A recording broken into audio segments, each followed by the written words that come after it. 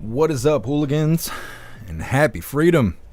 Just waiting for Karoline Leavitt to come out on stage, so hit that like button over on CommieTube as well as Rumble.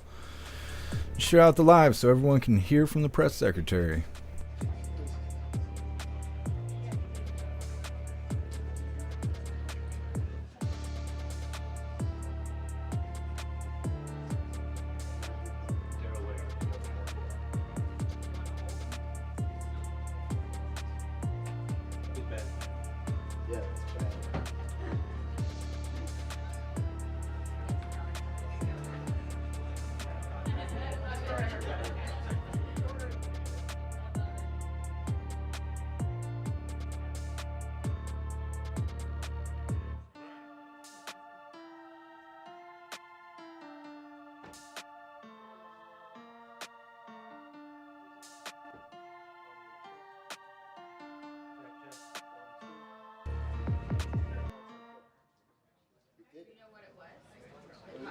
There's just magically going back is what. Wait. No, it's not. Kelly, it just started again. Somebody's riding. Well, it's walking back there. Kelly, you doing the briefing today? Just trying to facilitate good sound. Guys, are you happy in the back? It's fine right now. Don't touch anything.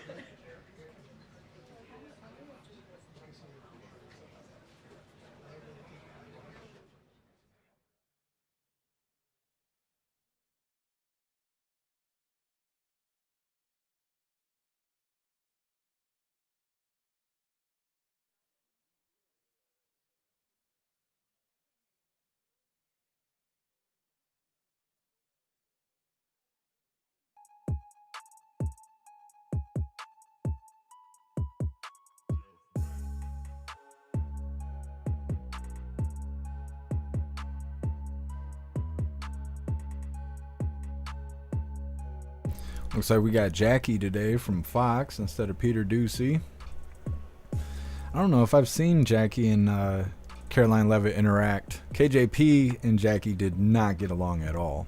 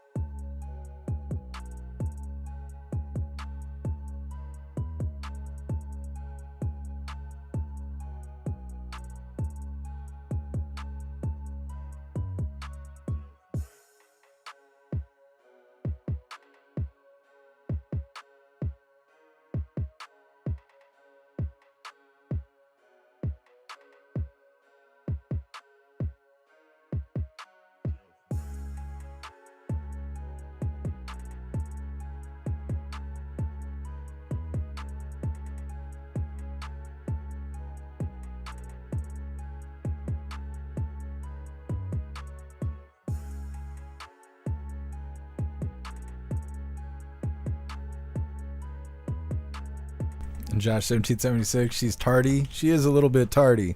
Just a little bit. Normally, I mean, we've only had a couple press briefings, but normally they're on time, if not a little bit early. I wonder if it has to do with DOGE.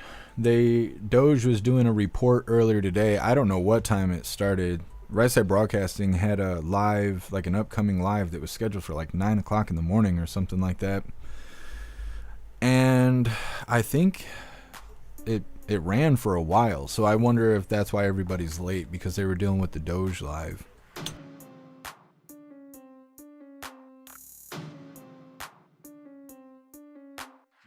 Well, while we're waiting, what color outfit do you think that Karoline Leavitt will be rocking? She seems to always be rocking light colors. I always see her in white or cream or like sometimes bright red. Oh, and right when I say that, she comes out in like dark gray. Good afternoon, everybody. It's great to see all of you on this very newsy day, to say the least. Oh, she's styling. I have a couple of updates for you this morning, or this afternoon. As you know, this morning, the president spoke to President Putin of Russia. They spoke at length, and the president released a statement following that conversation in great detail. I can also confirm that the president just recently got off the phone with President Zelensky of Ukraine. His truth is as follows. I just spoke to President Zelensky of Ukraine. The conversation went very well. He, like President Putin, wants to make peace. We discussed a variety of topics having to do with the war, but mostly the meeting that is being set up on Friday in Munich, where Vice President J.D. Vance and Secretary of State Marco Rubio will lead the delegation. I am hopeful that the results of that meeting will be positive. It is time to stop this ridiculous war where there has been massive and totally unnecessary death and destruction. God bless the people of Russia and Ukraine. I myself just spoke to the president about these calls, and he told me to tell all of you they were very good calls, they were very positive, and the administration is wholeheartedly committed to a peace deal to end once and for all the Russia-Ukraine war. More on that later. I'm sure you'll have more questions to ask. This week, the president has continued to deliver on his promises to the American people. According to new polling that was released at the beginning of this week by CBS News, an overwhelming 70% of Americans said that President Trump is following through on what he pledged to do during his historic campaign. The poll also revealed that Americans see President Trump as a tough, energetic, focused, and effective leader fighting hard to improve their lives and our country. And yesterday, in particular, was a truly special day for the United States of America. Thanks to the great leadership of President Trump and the strong and tough leadership of President Trump, Mark Fogel, an American teacher detained by Russia, was returned to American soil and met with the president here at the White House last night. Special Envoy Steve Witkoff and the rest of President Trump's incredible national security team helped negotiate the exchange that secured Mark Fogel's release. This event shows a good faith effort from Russia, and it's a sign, as I just said, that we are moving in the right direction to end this brutal war. Malphine Fogel, Mark's 95-year-old mother, was understandably very worried that she would never see her son again after his arrest in 2021. Mrs. Fogel was actually slated to join President Trump on stage at the July 13th Butler, Pennsylvania rally to speak out for Mark, and then the infamous assassination attempt against President Trump took place. But that day, before the rally, President Trump promised Mark's mother that when he returned to the White House, he would bring her son home. God saved President Trump's life on that day in Butler, Pennsylvania, and now Mark Fogel is back home safely with his family as a result. God is good. The president also continues to bring back common sense to our government. This week, he signed an EO to end the procurement and forced use of paper straws. Taxpayer dollars were wasted on these non-functional and massively unpopular products for no other reason than it made radical activists feel good about themselves. And on trade, President Trump continues to take bold action to protect America's critical steel and aluminum industries, much like he did in his first term. And the president signed proclamations to close existing loopholes and exemptions to restore a true 25% tariff on steel and elevate the tariff on aluminum to 25% as well.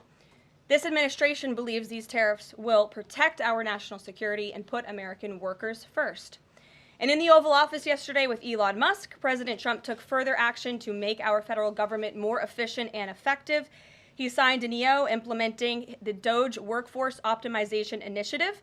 Now agency heads will coordinate and consult with DOGE to significantly shrink the size of the federal workforce, and limit hiring to essential positions only. The unaccountable bureaucracy will finally be reined in. On another important matter this morning, Senate Republicans continued to confirm President Trump's exceptionally qualified nominees, most recently Director of National Intelligence Tulsi Gabbard, who will be joining us later at the White House for her swearing-in ceremony. It's imperative that the remainder of the president's cabinet nominees are confirmed as quickly as possible. On another important matter this week, illegal alien criminals continue to be arrested and sent home as part of the ongoing mass deportation effort of the Trump administration. Just this week, 2 planes with 190 Venezuelan illegal aliens arrived in the Venezuelan capital from Fort Bliss, Texas. Here are some of the criminal illegal aliens who were arrested in the country this past week. ICE Atlanta arrested a citizen of Nigeria who had been convicted of money laundering. ICE San Antonio arrested a citizen of Mexico who had been convicted of assault. ICE Denver arrested a citizen of Mexico who had been convicted of aggravated assault. And ICE Houston arrested a citizen of Mexico who had been convicted of aggravated assault.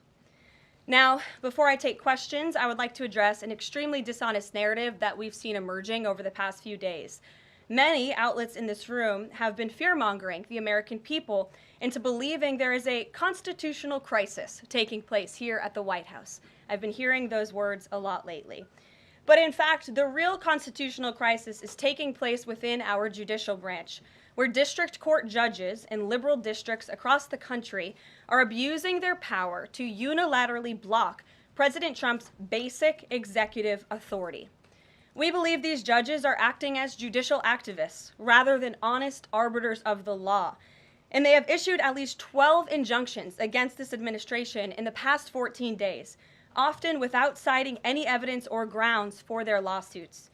This is part of a larger concerted effort by Democrat activists and nothing more than the continuation of the weaponization of justice against President Trump. Quick news flash to these liberal judges who are supporting their obstructionist efforts: 77 million Americans voted to elect this president. And each injunction is an abuse of the rule of law and an attempt to thwart the will of the people. As the president clearly stated in the Oval Office yesterday, we will comply with the law in the courts, but we will also continue to seek every legal remedy to ultimately overturn these radical injunctions and ensure President Trump's policies can be enacted. So here in our new media seat today, we have Chris Pavlovsky, an entrepreneur who has a strong passion for protecting freedom of speech. Chris started the video sharing platform Rumble in 2013 with a mission of protecting a free and open internet from censorship by big tech and governments around the globe. The platform has always been a place for independent creators to share their authentic opinions, and they have always included President Trump, in contrast to the way he was censored by other platforms in years past. Since its founding, Rumble has grown exponentially, recently marking 67 million monthly active users. It's a lot of users. If you're watching right now and interested in sitting in this seat, you can apply, whitehouse.gov/new media. With that, I will take your questions. And Chris, why don't you kick us off on this very busy news day? Karoline, thank you very much to you and President Trump. It's an honor to be sitting here in the new media seat for the White House press briefing and to be able to demonstrate why freedom of expression is so important. Rumble was the victim of censorship at the hands of multiple foreign governments. It's clear there are still many countries who oppose free speech and even target American companies. Can you describe what the administration will do to protect U.S. interests and values worldwide? Sure. Well, thanks for the very important question. And I think that free speech and ending censorship, both here at home and also abroad, is an important part of President Trump's agenda. I think first, President Trump has led by example on this front as the leader of the free world, the president of the United States, with his show of access and transparency on a daily basis. The president takes questions from all of you almost every single day and really reveals what he's thinking and feeling, and I think that serves as a great example to the rest of the world. As for tangible actions that the president has signed, he did sign an executive order, I believe on day one, certainly within the first week of this administration, to restore free speech and stop government-sponsored censorship here at home. And the EO made it very clear that federal employees are not allowed to engage in any activity that would infringe upon the American people's right of free expression. So I think the president has led quite strongly on this. And I would just add, this is part of the reason we have a new media seat, to invite new voices into this room. Again, we're going to need to expand this room because so many people are interested, and we're very excited about that. It's a privilege to cover this White House, but we want all voices to be heard. So thanks for being us with here, Chris, and I hope you enjoy the briefing. Sure. Jordan. Thanks, Caroline. That's badass. This is the CEO of Rumble. Across a variety of goods, and just before that report, though, President Trump called for lower interest rates. The Fed said it's holding rates steady to try and tamp down further inflation. So how would lowering rates help keep inflation in check for the American people? Sure. Well, first of all, on the inflation point, we did receive those numbers, and they were worse than expected, which tells us that the Biden administration indeed left us with a mess to deal with. It's far worse than I think anybody anticipated, because unfortunately the previous administration was not transparent in where the economy truly was. We know people at this very podium told the American people that inflation was transitory and that it would go away. That was not the case. And now the last report of the Biden administration, as revealed today, shows that inflation is still about 4.5% higher over the past 3 months. This is an indictment on the Biden administration's mismanagement of the inflation crisis and their lack of transparency in addressing it. As for tackling inflation and interest rates, the president has made his position on this very clear. He wants interest rates to be lower, he wants inflation to be lower, and he believes that the whole of government economic approach that this administration is taking will result in lower inflation. I have said that from this podium many times. The president had record low interest rates and inflation rates in his first term. He believes that the economy can handle it and withstand it. And we're doing a lot to tackle the inflation effort on this front. It's a whole of government economic approach, and I've talked about what we're doing to tackle inflation quite a few times from this podium. What about the on reciprocal tariffs? That's going to come before Prime Minister Modi's visit tomorrow. I do believe it will come before the Prime Minister's visit tomorrow, and I will let the President discuss the details on the reciprocal tariff front. But this is something he believes strongly in, and it's very simple logic as to why the President wants to impose reciprocal tariffs. It's the golden rule, which we all learned when we were growing up in school. Treat others the way you want to be treated, and far too many nations around this world have been ripping off the United States of America for far too long, and that's why the President believes this will be a great policy that will benefit American workers and improve our national security. JJ. On DOGE and the fraud claims, Elon Musk in the Oval yesterday gave us some information on that. We're just wondering if there's some proof, evidence. Is the White House willing to share evidence of those fraud claims, or can Elon Musk come to the briefing room and share material evidence of what he's talking about? Sure. I would love for Elon Musk to come to the briefing room. That's why we had him go to the Oval Office yesterday, where I think he provided great answers. He was speaking in layman's terms, speaking common sense to all of you in the media, but also to Americans at home. But I would say especially to all of you in the media, because I think it's a real fallacy that there's this alleged lack of transparency when it comes to DOGE. President Trump and Elon Musk have been incredibly transparent on what DOGE is doing. There is an X account with the DOGE handle. They are tweeting out what they are doing on a daily basis. They have a website where they are posting the receipts of the contracts that they are reviewing and the payments that they have stopped from going out the door. The secretaries of our departments have stopped from going out the door. And I would also say that before it was Elon Musk making our government efficient and accountable, it was some unnamed bureaucrat that none of you knew. Elon Musk is the richest man in the world. He's also now one of the most highly scrutinized men in the world alongside President Trump because of what he's doing and the access that he is allowing. So there's great transparency. As for the actual receipts, we are happy to provide them, and I actually brought some today because all of you know I love to bring the receipts. We have contracts upon contracts that we can send and provide this information to you. Let me be very clear. We are not trying to hide anything. We have been incredibly transparent, and we will continue to be. These are screenshots of contracts that DOGE found across our government. This is a DEI contract, $36,000 for U.S. citizenship and immigration services. That is against the president's policies and his America First agenda. This is a $3.4 million contract, a Council for Inclusive Innovation at the U.S. Patent and Trademark Office, Department of Commerce, another DEI contract that DOGE identified. I can continue to go through these. Oh, I love this one. $57,000 for climate change in Sri Lanka. What is this doing to continue the interests of the American people? Absolutely nothing.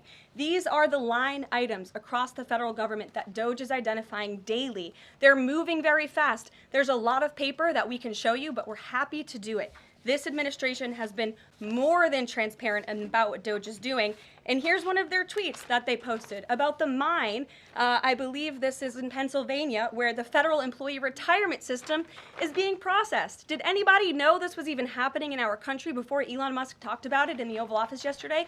A lot of Americans didn't. So we are providing transparency and accessibility on a daily basis when it comes to DOGE. And I also have a DOGE daily report, if anybody would like it, on all of the things that they are identifying and finding. We're happy to provide this information to you. We're talking about it every single day. Are all those things you just mentioned fraud, or are they waste, or are they just contrary to the president's policies? I would argue that all of these things are fraudulent, they are wasteful, and they are an abuse of the American taxpayer's dollar. This is not what the government should be spending money on. It's contrary to the president's priorities and agenda. And again, we can continue to provide you the receipts for all of the fraud, waste, and abuse. And if anybody in here wants to argue that the federal government is not fraudulent in some capacity, be my guest, because I think the American people watching at home would beg to differ. Karoline? Mary. Hey, more on the judges. Does the White House believe the courts have the authority to issue these nationwide injunctions? We believe that the injunctions that have been issued by these judges have no basis in the law and have no grounds, and we will, again, as the president said very clearly yesterday, comply with these orders, but it is the administration's position that we will also ultimately be vindicated, and the president's executive actions that he took were completely within the law, they were constitutional, and we look forward to the day where he can continue to implement his agenda. And I would just add, it's our view that this is the continuation of the weaponization of justice that we have seen against President Trump. He fought it for 2 years on the campaign trail. It won't stop him now. Brian. Yes. I want to go back to DOGE just for a second. Earlier, the subcommittee headed by Chairman Marjorie Taylor Greene, her and her staff discovered $2.7 trillion in improper payments to Medicare, Medicaid, overseas, to people who should not have gotten it. Some of this room might have missed that press conference. Can you elaborate on what the president is thinking at this point? Well, again, that's another example. There's a very long list of the fraud, waste, and abuse that DOGE is identifying on a daily basis. Elon Musk also talked about yesterday about Social Security payments that are going out the door for people who are no longer with us, unfortunately. I would say that is certainly fraud. There's also a lot of contracts they've identified that, just as a hypothetical example, are $1 million, but only 500,000 went out the door. So where's the rest of that cash? And so that's the thing. Those are the things that DOGE is working on every single day. And I would just remind everybody in this room, this is what President Trump campaigned on doing. He's delivering on a promise that 77 million people elected him to do. James. Thank you very much, Karoline. Two foreign policy questions, if I may. Sure. First, the statement that was released after this morning's phone calls identified Mr. Witkoff as the special envoy who will be part of the delegation that undertakes to resolve the Russia-Ukraine war. I had thought that that individual was General Kellogg, and so can you clear that up? Sure, I'd be happy to. As you mentioned, the president, in his truth, following the phone call with Vladimir Putin, said that he has asked Secretary of State Rubio, the director of the CIA, John Ratcliffe, our national security advisor here at the White House, Michael Watts, and Steve Witkoff to lead the negotiations. As for General Keith Kellogg, he remains a critical part of this team in this effort. He's played a tremendous role in getting the negotiations to this point, and he's very much still part of the Trump administration. The other subject is Iran. I took note of President Trump's comments in his Super Bowl interview with our colleague Brett Baer to the effect that he wants to do a deal with Iran. However, that interview appeared after the supreme leader of Iran, the Ayatollah Ali Khamenei, had already ruled out any additional negotiations with the United States. So kind of a two-part question. A, what gives the president any confidence that Iran will come to the table? And B, more fundamentally, why is the president interested in doing a deal with Iran instead of doing everything he can, perhaps short of U.S. military intervention, to try and hasten the end of what many of his own supporters regard as an evil regime? Well, the president has made it very clear that he will never allow Iran to have nuclear capabilities. That is a red line that he has drawn, and he will not allow that to happen. But you asked why President Trump wants to make a deal. I would remind you, he's the master of the art of the deal. He is America's deal maker in chief. He leads from a position of securing peace through strength.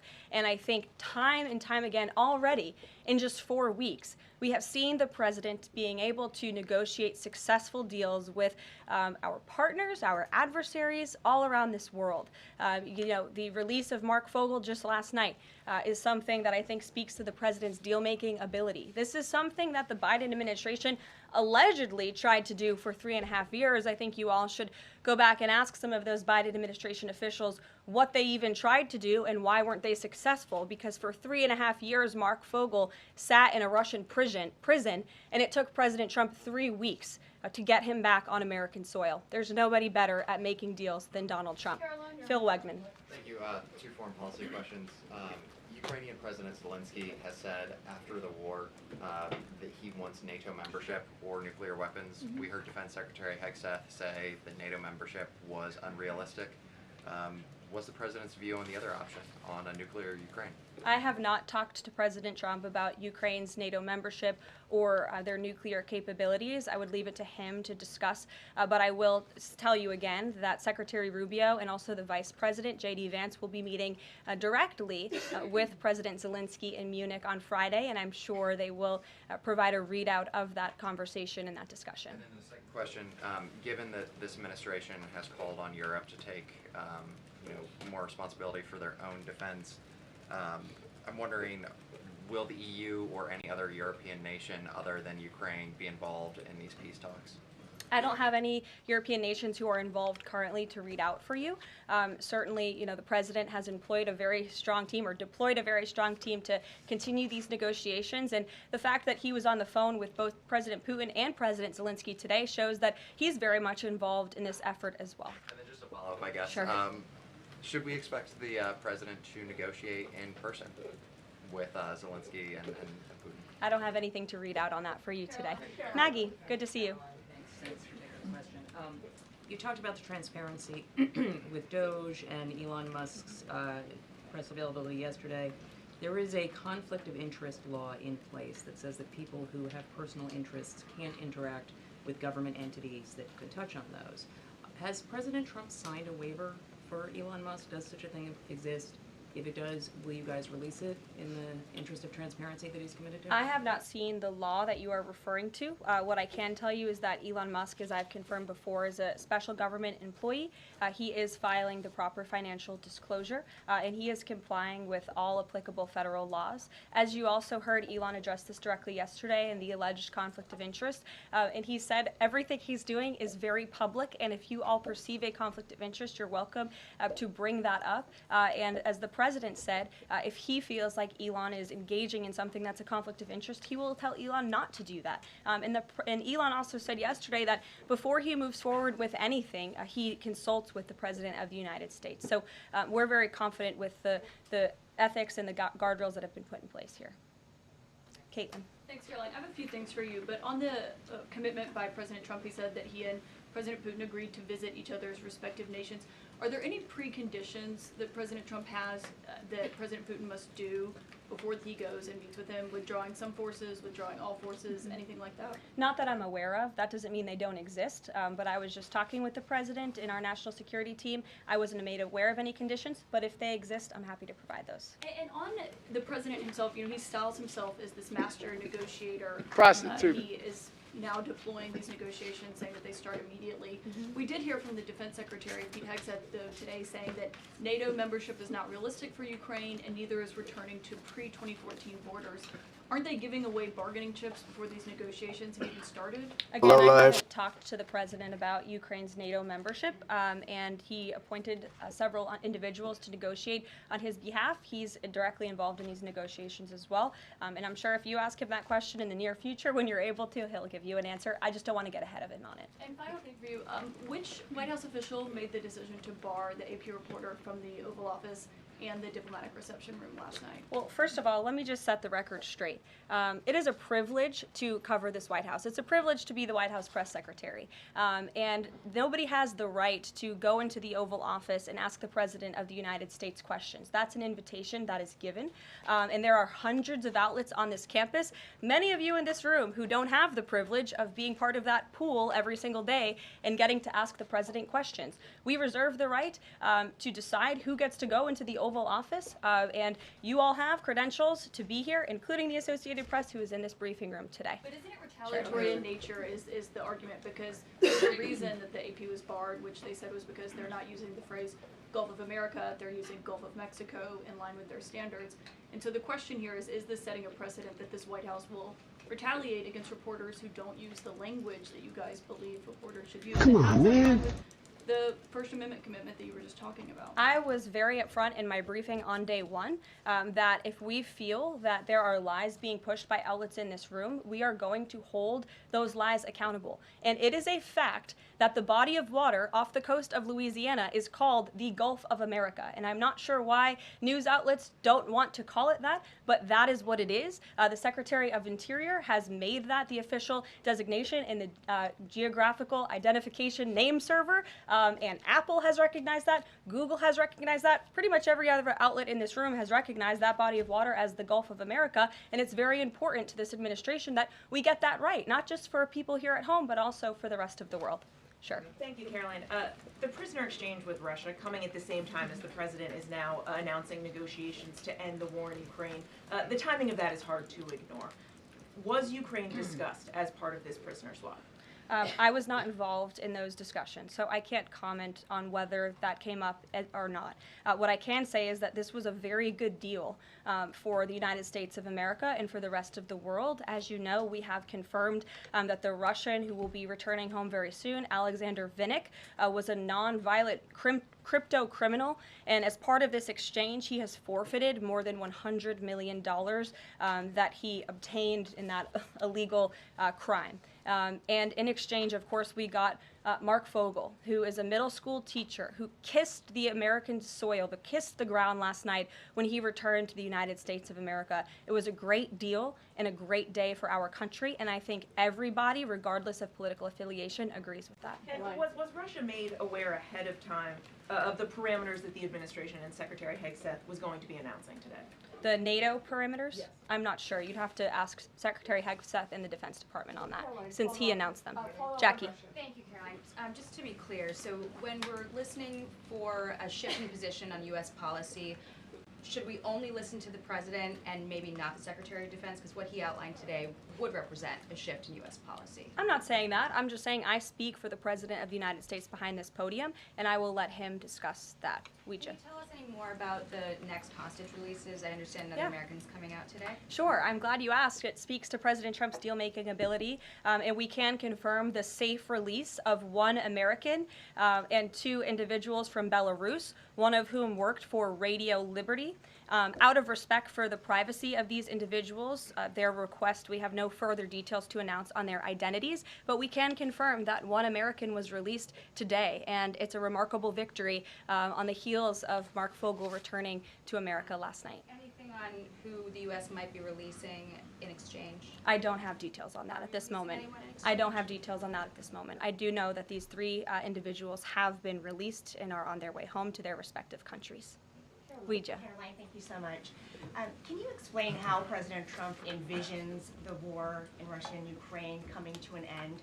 Does he expect Ukraine to hand over all the territory in question? Again, these negotiations are ongoing. I will allow the president to divulge any red lines that he may set, but I think as deals in the past have come to fruition, the president has proven one of the things that makes him a very effective negotiator is not revealing what he's anticipating from both sides, but he is at the forefront of these negotiations in addition to the very qualified individuals who he's tasked with speaking to both President Putin and President Zelensky. And speaking of deals, a meeting with the President of the United States offers any foreign leader credibility. Was it part of the prisoner swap with Fogel that President Trump agreed to meet with Putin? Again, I was already asked this question. I said I was not made aware of that, but we can certainly get you an answer on that. I'll check in with the NSC. Sure, Monica. Thanks, Caroline. It's clear that this administration is dedicated to both truth and transparency. We know that with DOGE, but we also know that because this administration recently announced it's going to declassify the assassinations of Martin Luther King Jr., JFK, and RFK. I'm wondering, is it likely that we're going to see more information regarding the assassination attempts on the president's life while he was on the campaign trail? In regards to the assassination of the individuals you mentioned, President Trump signed that executive order directing the respective agencies to do it. I know that that process continues and is ongoing. He's committed to transparency in the declassification. That woman who just asked the question just started following me on X like 2 days ago. Interested in learning about, but also have the right to know about. As for the two heinous assassination attempts on the president's life, he's spoken to this publicly. I've spoken to him about it privately, and as he said publicly to all of you, he feels he has a right to know about further information about the individuals who tried to kill him, tried to take his life. And so, if and when we get that information, I'll leave it up to the president to decide whether or not he would like to reveal it. But I believe in the effort of transparency that we've seen consistently from this president, he certainly will. Daniel. Thanks, Caroline. I wanted to ask you about the $59 million that FEMA sent to New York City migrant hotels. Secretary Kristi Noem just put out a statement saying that she clawed back the full payment that FEMA activists unilaterally gave to NYC migrant hotels. She wrote, "Mark my words, there will not be a single penny spent that goes against the interest and safety of the American people." What does the response of the Trump administration send to any federal bureaucrats that are thinking about obstructing the president's agenda? They will be held accountable. The president is signing executive orders daily, and he expects all officials across the administration, regardless if they are a political appointee or if they are a career bureaucrat, to adhere to the will of the American people and the 77 million Americans who re-elected President Trump. He is here for a reason, and he is focused every day on implementing his administration's goals and sending $59 million to a migrant hotel to house illegal immigrants when there are still people in North Carolina and California who have not received FEMA funding is not something that this administration is going to tolerate. Deanna. Thank you so much, Caroline. One on New York and one on Russia, please. On New York City Comptroller Brad Lander is accusing DOGE of clawing back $80 million that was intended for New York City FEMA funding. Wondering if you've heard about that figure, if that figure is accurate, and why that money was taken back. I have not heard about that figure. DOGE is moving very quickly, but I can get the receipts and gladly send them to you. I know that story is likely of great interest to the New York Post. And then one John. on Russia, please. Sure. Is President Trump waiting for a kind of signal or an action from Putin to go to Russia? And would he be willing to go to Ukraine in the future? I don't have any decisions to make on the president's potential visit to Russia or any in-person meeting at this time. John. Thanks a lot, Caroline. Two questions, one on foreign policy, one on domestic policy. Following up on the president's call that he had with President Putin, does the president view Russia, does he view President Putin as an ally, as a partner, as a competitor, or as an adversary? I believe this nation views Putin and Russia as a great competitor in the region, at times an adversary, but as the president has said as well, he enjoys having good diplomatic relationships with leaders around the world, finding that common ground, also calling them out when they are wrong, and leading from a position of peace through strength. That's the president's greatest strength, and we've seen that again, time and time again. And then, as you pointed out in your statement regarding the confirmation of Tulsi Gabbard, there was one Republican who voted against the nomination of Tulsi Gabbard. It was Senator Mitch McConnell. Similarly, how does the administration view Senator McConnell? Can he be a partner in the president's legislative agenda? Are you disappointed that he voted against not only Tulsi Gabbard, but also Pete Hegseth to be the defense secretary? I think we're greatly disappointed in any Republican who chooses willfully to vote against the president's exceptionally qualified cabinet nominees and picks to lead his America First administration.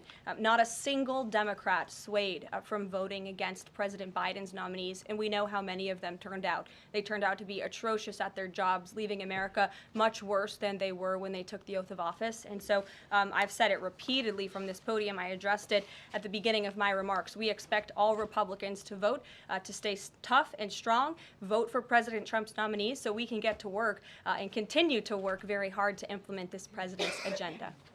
Sure. Thank you, Caroline. On South Korea is currently in a chaotic situation. How does the President Trump react to the current chaotic situation in South Korea? Secondly, if South Korea needs help from United States, what role do you think the U.S. will play? Sure. I haven't spoken to the president about the ongoing situation in South Korea. I would defer you to his previous statements. And I can also see if I can get you something new from the National Security Council, who I'm very confident the officials that are focused on South Korea are on this. I just haven't spoken to them about it, but I'm happy to provide that for you. Yes. Thank you, Caroline. Does Elon Musk have power of the presidency? Absolutely not. Right. That's a ridiculous question. I asked that question because, the Democrats have been hurling insults at Elon Musk, hurling attacks, calling him President Musk.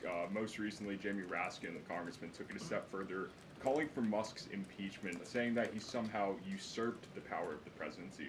What's your response? It's utterly ridiculous.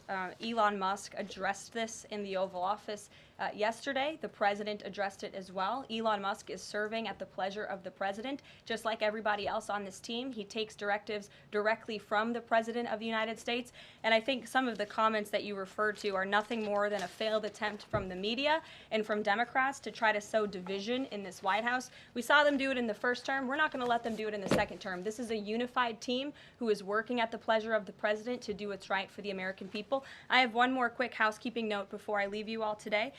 The president wanted me to share with all of you that he had a wonderful meeting with King Abdullah of Jordan yesterday. They discussed many things, including the Gaza Strip and its future at great length. The king would much prefer that the Palestinians stay in place, with the additional land to be used for new development, which would greatly create jobs at levels never seen before. But the president feels it would be much better and more majestic if these Palestinians could be moved to safer areas. I would just add to that the president remains wholeheartedly committed to seeing peace in the Middle East, and our Arab partners in the region have been tasked with coming up with a peace plan to present to the president. That is ongoing. King Abdullah mentioned that yesterday. He also committed to accepting 2,000 sick children from the Gaza Strip, which the president called a beautiful gesture. So the administration continues to work with our Arab partners in the region. We stand closely with our ally Israel, and the president has presented this big, new, bold idea to secure peace in the Middle East. He's not going to waver from that, and we look forward to seeing that goal of this administration achieved as well. Thank you very much, everybody, and we'll see you very soon. Have a great day.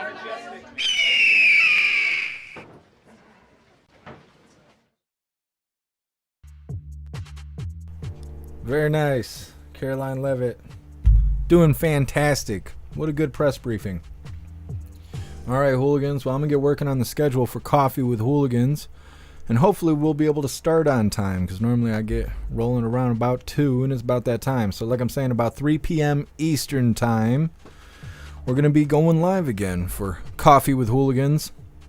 And there's a bunch of stuff I plan on grabbing. So either way, if you're new here, please follow or subscribe, depending on whatever platform you're on. Make sure you hit the like button if you haven't done that already. I mean, I don't know how many times I got to tell you to do that. Hit that like button. And we'll be back at 3. So you guys find your way back here. All right. Do the thing. I'll see you in a little bit.